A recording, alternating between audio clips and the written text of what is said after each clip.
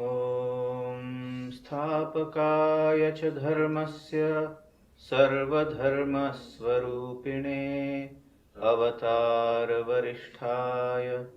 रामकृष्णाय ते नमः।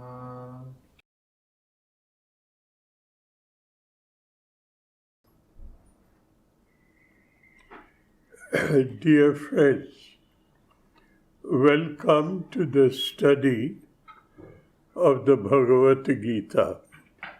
And as I have told you earlier, please don't expect how many shlokas you have studied in how many days. Try to concentrate on the essential meaning and the teaching that the Gita is imparting to us. And we will not follow any other commentary other than Acharya Shankara, Madhusudana Saraswati, and Sri Ramanuja. And to concretize those ideas, give me the liberty to quote from Sri Ramakrishna, his teachings and his actual way of living this life. So please kindly bear with me. Just at the beginning of the 5th shloka, Sri Krishna said a word which confused us. What is that he said? Tayostu karma sannyasat karma yoga vishishyate. What does it mean? Between the two concepts of karma yoga and sannyasa, to my understanding, karma yoga excels over the concept of karma sannyasa, as we understand the word sannyasa as it is. So before going further, let me take you to another branch of concepts that are very much required to have a crystal clear, rock solid conviction about the Vedanta theory. What is Vedanta? And what is sannyasa? Vedanta, according to Swami Vivekananda, for a modern man in a modern language, it is said to be a non-sectarian sect. Mind Swamiji's enigmatic words. A non-sectarian sect. What is a sect? A group of people, they traditionally believe in something, have faith in something, and they create a group around themselves. We are the believers. And then they graduate it into a type of religious movement. Christianity is a sect. Buddhism, though it is a religion, it is a sect. Judaism, a religion, it is a sect. So, people are so used to compartmentalizing these ideas in compartments. Separateness is a basic concept. Separateness.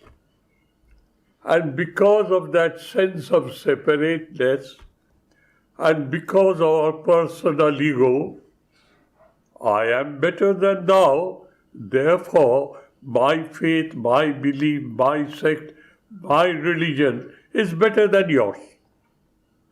As simple as that. And what is the end result? We, in the name of religion, in the name of sect, we run after each other's throat with a sharp knife. That's what we are doing today in the modern world. Fighting, quarreling, taking each other's lives to prove my supremacy. This is what sect has produced, whereas each religion speaks about that a human being, which is the most evolved of all biological creatures, this human being is capable of reaching that level of awareness which is one with the divine. And each principal religion speaks of it according to their faith and belief. The Christianities say, "Come unto me, I will give you peace." God says so. The Son of God says so. "Come unto me, I'll give you peace." Why? How can I do so? Man is made in the image of God. And the purpose of life is to continue your journey, to be one with your Maker in heaven and enjoy eternal peace in paradise. In Islam, you lose your separate identity and you become a whole soul, totally Khuda ka banda, servant of the divine. And who is a servant? Who doesn't have his own ego. He is a transformation of his master's ego. He follows the needs of his master, deeds of his master, demands of his master. He has no ego. Now, let us come to Vedanta. What does Vedanta say? All religions, sects, beliefs, faiths, and religions lead to the same goal. It is a sect, but it is a sect without any dimension. And that is why Swamiji coined this word, the concept of universal religion, where every religion finds its place. Yes, you are right. As I am proceeding towards the divine, you are also proceeding to your divine. Ekam api asthita samyak. The word samyak is a very important word. If you follow the dictates and the disciplines of the faith that you have a belief in, or a belief that you have faith in, follow it totally, integrally as it is mentioned, you will reach the goal. That is what Vedanta says. So, it is a sect from the concept of sectarian attitude, but it is a non-sectarian sect. It is a sect without any dimension. It is universal. That is why Swamiji named Vedanta as a universal religion, religion for humankind, without changing your faith and your belief. Don't think you have to be a Vedant. You are a Vedantist, provided you have this faith. All of us, in our own way, we are reaching towards the same goal. And remember that simple geometric description of Swamiji: a circle, a radius, and a set. you can have infinite divisions of the circumference.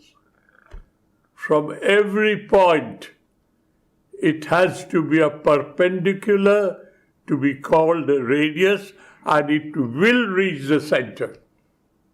There's no way out. And the Upanishads say, Jatha nadya sanyamana samudre astam gachanti namarupe vihaya. What is it? What is a river which has a name? What is its form? It is contained by the left bank, the right bank, and the bottom, the river bed. But the river is nothing else but a mass of water flowing within these parameters, which are identifying objects, left bank, right bank, and the bed. But the mass of water is the essence of the river. And when it reaches the sea, the river is lost in eternal ocean, infinite ocean. Similarly, Acharya Shankara, in his masterful fashion, as because Vedanta is a universal religion, Acharya Shankara gave a universal description of the concept of moksha, mukti, realization, liberation, freedom. What did Acharya Shankara say? He says, I will not play with your intellect. I will describe you what moksha mukti is in actual experiencing. What do you experience when you say you are free, you are liberated, you are a realized soul, you are a Jivan Mukta Purusha? What do you feel? Atyanti dukkha nibritti paravasukha prapti. I feel there's no concept of sadness or misery in my brain. Why? There's no space for it. I'm full with parama sukha prapti. I'm full with that ecstatic divine joy. That is moksha and mukti in a universal definition. Against the word universal religion leads to this atyanti dukkha nibritti paravasukha prapti. And Sri Krishna says that tayostu, between sannyasa and karma yoga vishishyate, it excels over so-called sannyasa. So it is really confusing. We know, oh my, a sannyasi is in an exalted position. But dear, let me explain to you now. There are 4 types of sannyasa. One is Markat sannyasa. What is that? You are deeply, shockingly disturbed by a happening of this world. And you feel the whole shatter breaks down around you. And you say, I have enough. Oh my, this is it, I have enough. This attitude has been evolving in you because of certain circumstances around you. And as it is said in English, time is the best healer. With time, all this aversion to the world, vairagya to the world, goes away. And in point of time, slowly and slowly, you come to normal and you get back to the worldly life. This is non-permanent Markata Vairagya, Shashana Vairagya. For a time being, you, because of the circumstances that has happened, you have been kicked up there, and slowly you come down. There's another type of Vairagya. What is that? A person is rationally convinced that the only way to come out of the clutches of ajnana in this world, ignorance about one's true original nature, the only way is sannyas. But he has been involved in this world in such a manner that the circumstances does not allow him to renounce. So he decides that it's time for me to die, and I'm sure I'll be born again as a human because I've been trying to be one with God, to create a good karma. At the fag end of his life, before he dies, he takes the vows of sannyasa and tries to understand the essential meaning of the vow, na dveshti, na kamshati. You have read it in the Gita, 2 slokas ahead. And he prepares himself and he dies. That is known as atura sannyasa. Sannyasa which is not validated, but it did not have time to put into practice, but ideologically he is aware what he has to do if he is a sannyasi. With this impression he dies, he starts on a very strong backing in his next life. The third is vividushu sannyasa. This is what we should understand. That is, intellectually and rationally, I am convinced samyak nyasa sannyasa.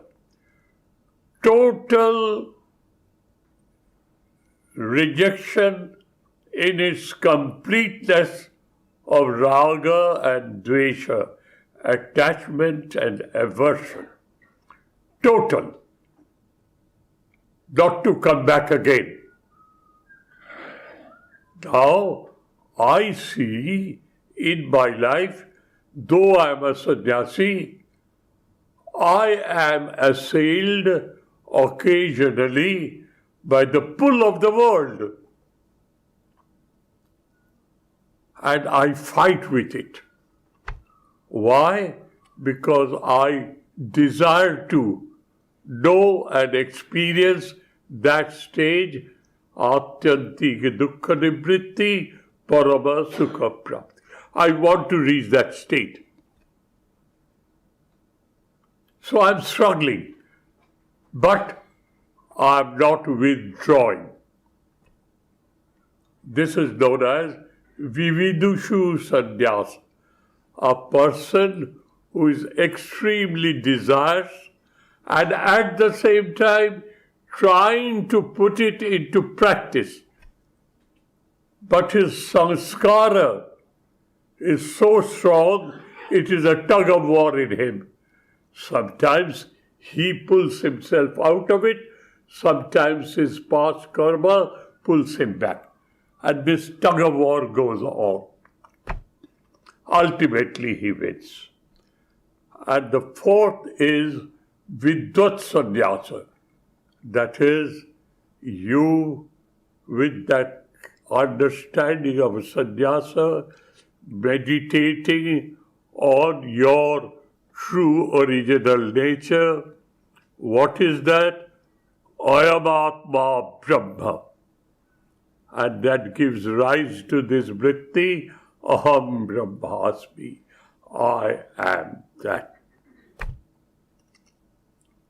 That is Vidvat Sannyasa. You have reached the goal of your sannyasa disciplines. When we speak of sannyasa here, we are in between. Occasionally, Sri Krishna will refer to Markat Sannyasa, Vividishu Sannyasa, and he will also describe to us what happens to a person when he is a Vidvat Sannyasi, so that your concept becomes as clear as daylight. Now, with all this explanation, what does Sri Krishna mean when he says, Karma Yoga Vishishyate? Tayostu, between the two, Karma Sannyasa and Karma Yoga Vishishyate. It excels. Why does he say so? The remaining 3 shlokas explains it threadbare. Why is he saying so? Firstly, he explains the condition of a Vividishu Sannyasi. Geya sa nitya sannyasi, yo na dveshti na kankshati. Know for certain, he is really a sannyasi, worth his name, worth his vows, worth wearing these clothes. With the collar of a dog in his neck. This is the collar of a dog. You have a master, Lord God of the universe, and no other master. No other master. Know him to be Nitya Sannyasi. Who is he? Jo na dveshti, jo na kankshati. He is cutting at the root of the tree of ignorance. He does not get attached to anything of this world, neither he develops any aversion. Both of them bind you down to the world. You are averse to the things of the world. That is, you are attached to the world. That is why you are averse. And when you say, I am not attached to the world is there, you are there, and there is the emotional attachment. A sannyasi who is never attached to the world, nor averse to the world, he is free. Yeya sa nitya sannyasi, jo na dveshti na kankshati. And what happens to him? That Vividishu Sannyasi, he says, Achirana nirdando hi mahabaho sukham bandhat pramuchyate. Once you become free from this attachment and detachment, this swinging of a pendulum between attachment and detachment, you stop it somewhere. You are beyond that duality. You are not moving between the, as Swamiji said, between the dual throng. Once you stop your movement like a pendulum between aversion and attachment, you hold it in the center. You are a Vividishu Sannyas. Because you are no more a victim of these two vices and virtues, Call it by any name, they are vices for reaching that goal, although you call it virtue. But they are vices. Sukham bandhat pramuchyate. It makes your life easier to reach that goal. So dear, these shlokas, verses, are totally impregnated with man-making, character-building ideas. Don't forget. Don't say, I've read that subject. You better say, I've assimilated it and I have experienced it. Then the study of the Gita is worthwhile, fruitful. It becomes, you know what, like a well-informed reception counter clerk. He has all the information on his fingertips, but he knows nothing about it. He's an information counter clerk. You become an information counter clerk regarding spiritual terminology. You neither practice nor you experience. Well, dear, this is one. The next problem. Arjuna is our representative, as I've been telling you. Our questions are being mouthed by Arjuna to Sri Krishna, God incarnate, the last authority of wisdom, incarnate of God. He says, sir, you are using two words, karma and a methodology, karma yoga. You are using another word, sannyasa and karma sannyasa. So it seems two different people have to perform these two different disciplines, karma yoga and karma sannyasa. What is karma yoga? Convert the concept of work into worship.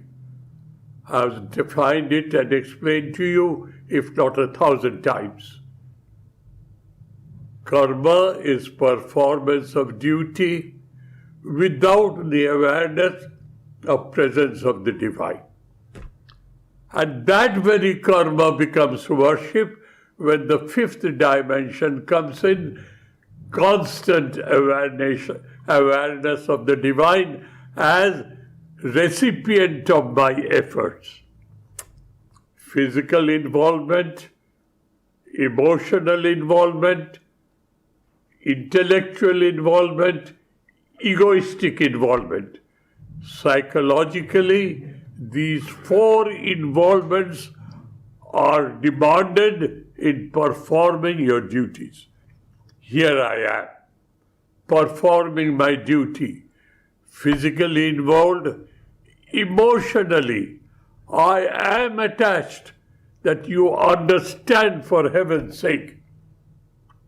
Rationally, I am not sparing my intellect to make it as precise as possible, as correct as possible, as descriptive as possible. And egoistically, I am teaching. 4 factors.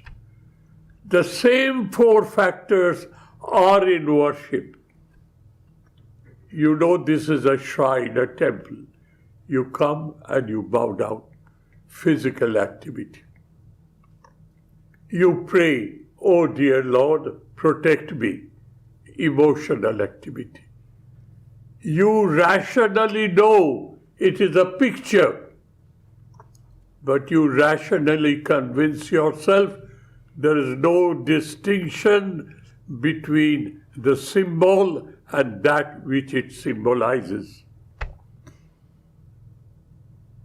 You know that? You are rationally involved. To you, at the time, God is present here and you are emotionally interacting. And you are worshipping. The four are common factors. What converts work into worship? Awareness of presence of God and trying to emotionally involve your ego with the presence of the divine. It is a worship. Now coming back to the subject, how can a karma yogi and a karma sannyasi, two different paths, one person cannot follow two different paths. So there are two different persons, two different paths, and you say, Nisreyasha Karabhubho. We have studied this, but there are 1,000 different perspectives of understanding one problem. So here's another new perspective. Karma yogi is a path followed by an individual. Sannyasa is another path followed by another individual. And you say, Sannyasa, karma yogasya, nisreyasya, kara ubho. Both of them lead to the same goal, nisreyasya. What is nisreyasya? Sublime achievement, sublime goodness. That is atyantika dukkha nivritti paravasukha prapti. How can, sir, Arjuna asks, how can two different people following two different paths lead to the same goal? How is it possible? And you say, it is possible. Nisreyasya kara ubho. Both of those paths lead to the same goal. Now don't talk to me with riddles. Don't talk to me in an enigmatic manner. Please come clean. Make it very clear to me. So in the next shloka, which is the subject matter today, let me read the shloka first. Sri Krishna is answering to this pertinent question of ours. What is that pertinent question? Sir, a karma yoga is a different methodology, and a person follows that. Karma sannyasa is a different procedure. A person follows that. How could two different persons following two different paths reaches the same goal? Sri Krishna, in the second line of this verse, tells you, ekam api asthita samyak ubhayor bindate phalam. If you follow any of the two samyak in totality, with your total heart and soul, he is in me and I am in him. With your heart and soul, you practice this. And on the other hand, whatever I do, sir, I offer it to you. Ishwararpana buddhya kriyamane karmani shatta shuddhija bhavati jnana yogena praptir yogyata bhavati. This is Acharya Shankara, he says. What happens? Please be very careful. He's analyzing psychologically. By constantly being in a prayerful mood, by constantly being in a prayerful mood, you are always saturating yourself with the awareness of presence of God. Thereby, your personality is being saturated by awareness of presence of God. And this personality as of today is full of dirt and muck. And this awareness of presence of the divine is throwing out that dirt or muck from your being. Because you don't have space enough for it. You're filling it up with the wine of God, awareness of God. So you are saturating your personality with the awareness of God. Thereby, you're cleansing yourself. You're cleaning yourself with all dirt and muck. Once that is clean and saturated with the divine, you reach the same goal. A sannyasi practices not to be attached to raga, not to be averse to dvesha. And he practices that. He reaches that same goal.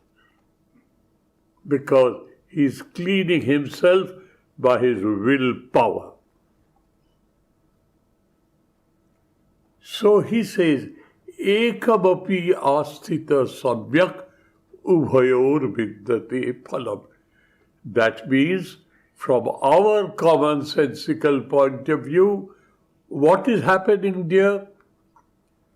What is happening is our personality, our satta, our chitta, call it by any Sanskrit word, I will call it our personality, is being washed clean. Goal-oriented, we reach the same goal. Though we are two different methods, goal-wise, we reach the same goal. At this point of time, dear, remember Swamiji's geometrical example. You can divide the circumference infinite number of equal spaces. In the concrete world, there are trillions and trillions of humans. Each is a point in the circumference. Each one is a point in the circumference.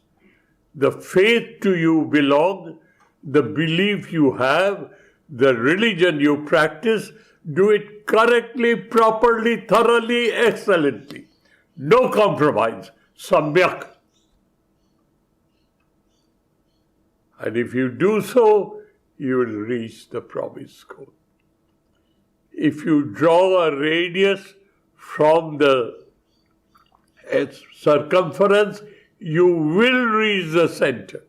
It has to be a radius. What is the qualification of a radius? It has to be perpendicular to that point of the circumference. See how Swamiji, in a short example, explains everything.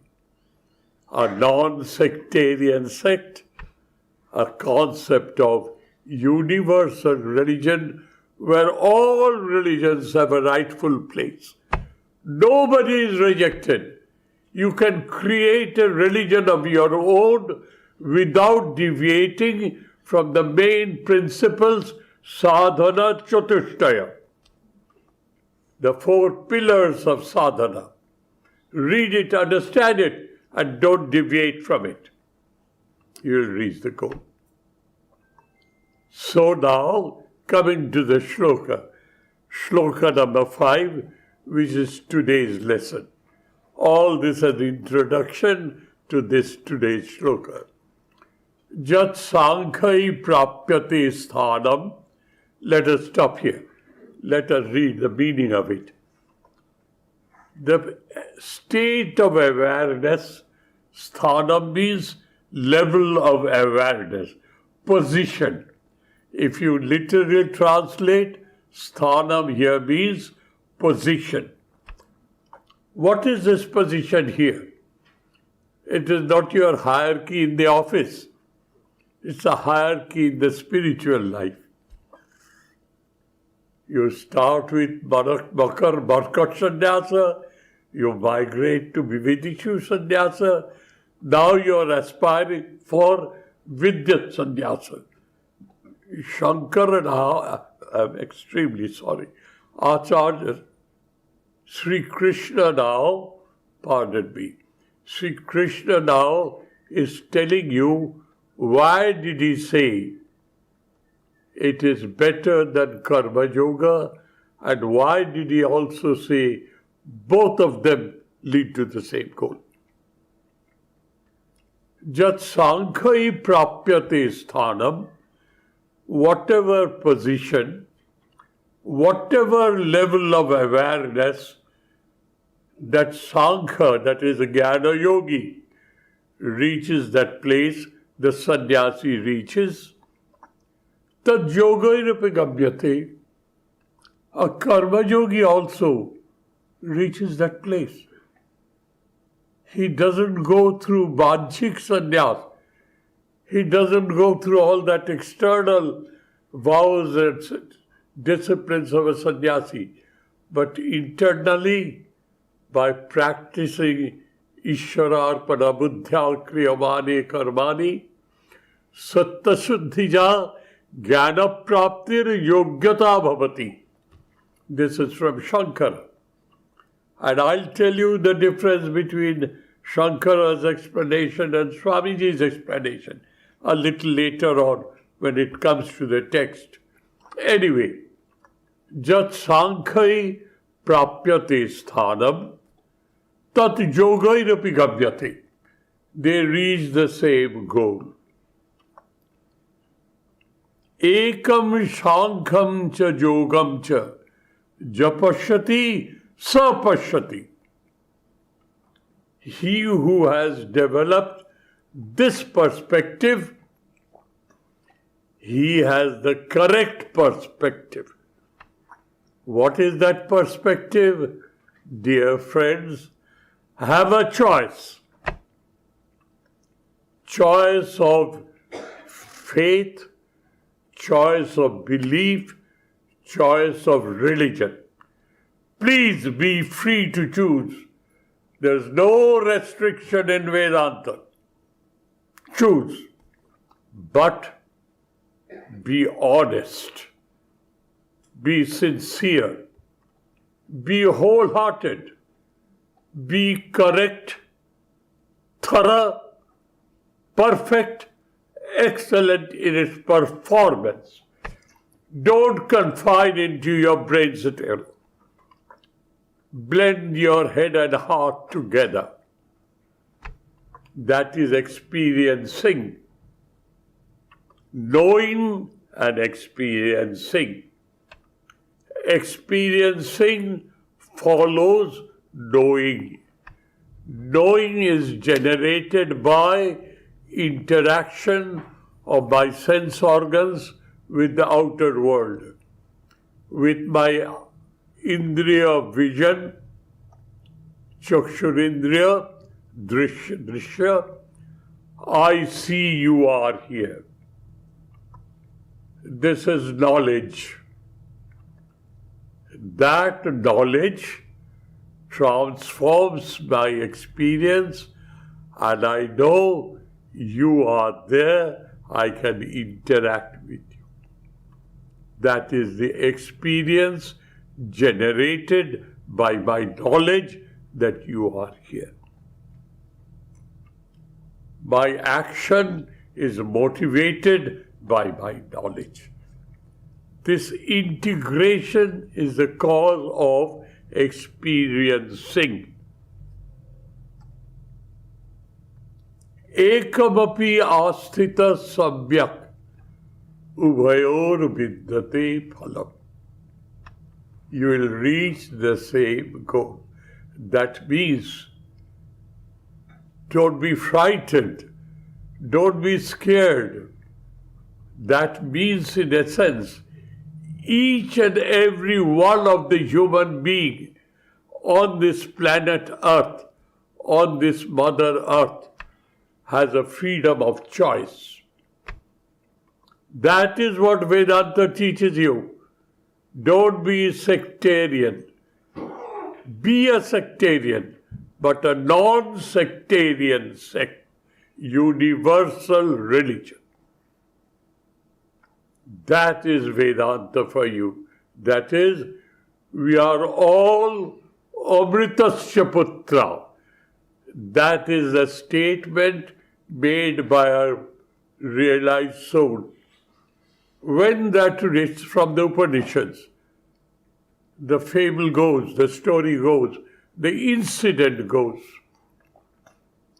A person, a rishi, realizes the soul. And the first thing he says, Sridharananda Vishe, listen, listen, listen to me, the whole world. Please kindly pay a little attention to me. I have something to tell you. Amritasya Putra. We are all children of the divine. A realized soul speaking.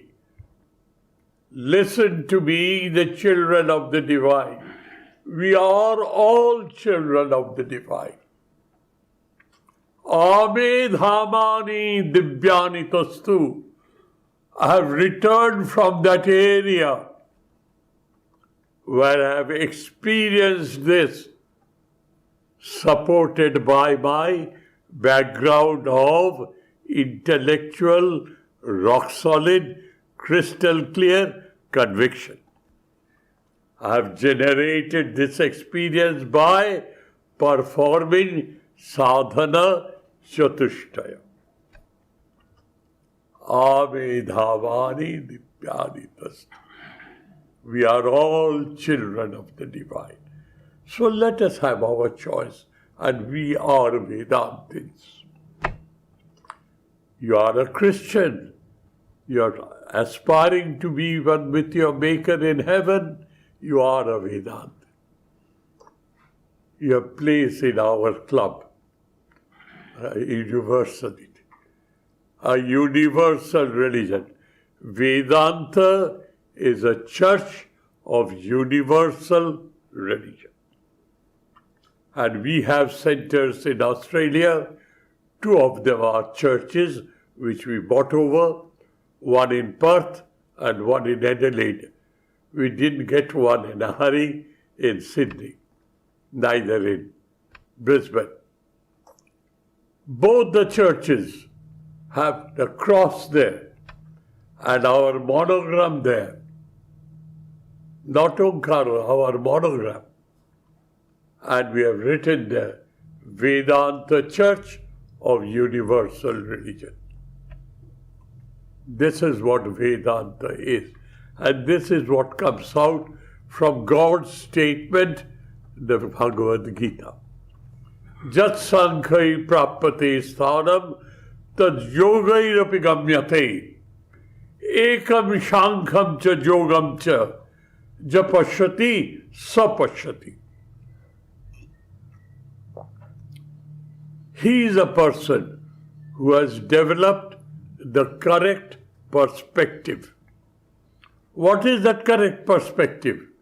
The correct perspective, both of us, one river is a glacial coming up from the Victorian Alps. Other river, far, far away, is a natural spring. The 2 sources are miles and miles and miles apart.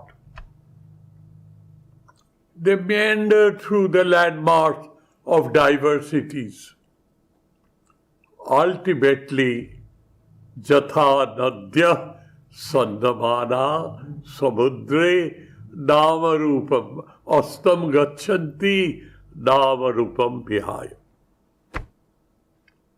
That the mass of water merges with the ocean without any distinctive characteristics. We have distinctive characteristics, the name, the form, the ingenuity and utilitarian value. Qualities and value. This is what we are. We have to break asunder. And there's a beautiful statement in the scriptures. Nirgachanti jagat pinjarati vakeshari. What does it mean? You have somehow or other encaged a lion. And you have not transferred it from the forest.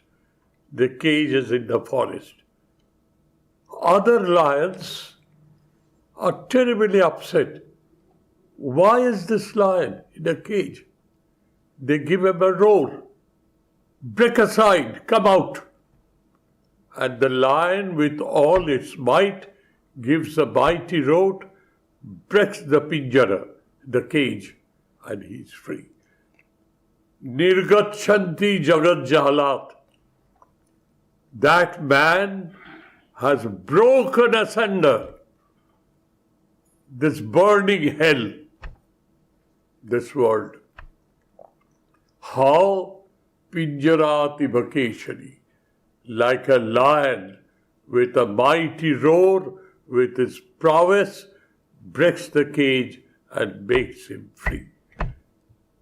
That is all about the study of the Gita.